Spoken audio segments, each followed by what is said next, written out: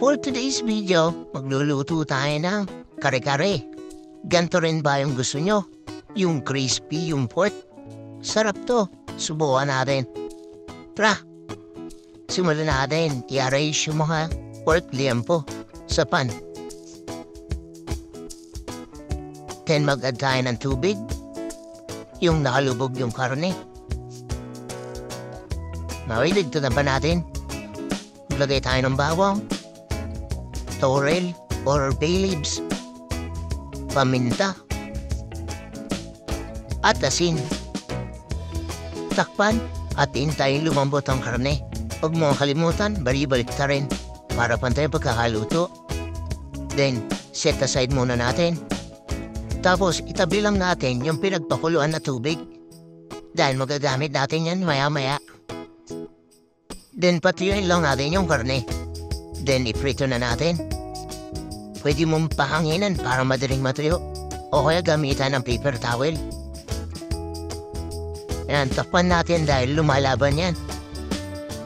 Pagkalipas ng ilang minuto, dahil manipis lang yan, balik ta rin naman natin. Para makaluto naman yung pabilang side.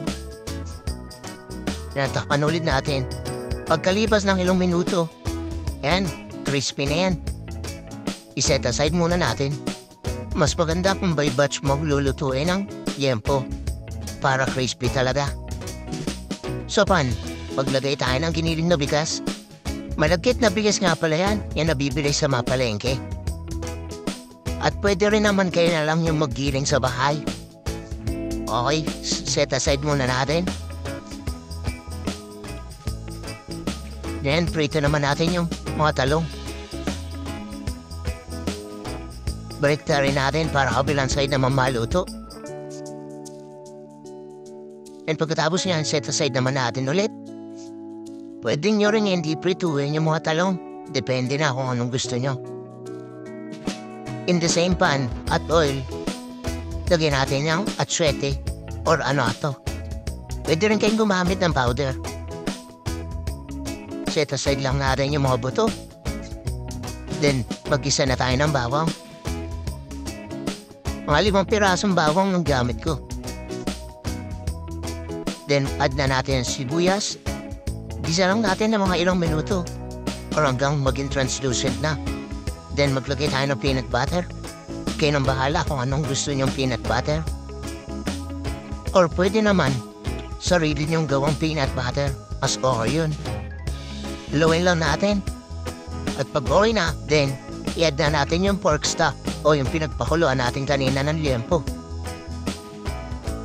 Konti-konti lang para matansya mo. Yan, okay na. Nakalimutan ko palang i-video. Nilagay ko na pala yung greenhouse nating glutinous rice. Okay na pag malapot na. Yan, i-branch naman natin ang gulay. Ang bok choy. And set aside. Gawin rin natin ito sa sitaw. At okay na yan. Then, eto na ang ating crispy pork belly. Kare-kare. Samahan mo pa ng bagoong na masarap. Tara! Enjoy!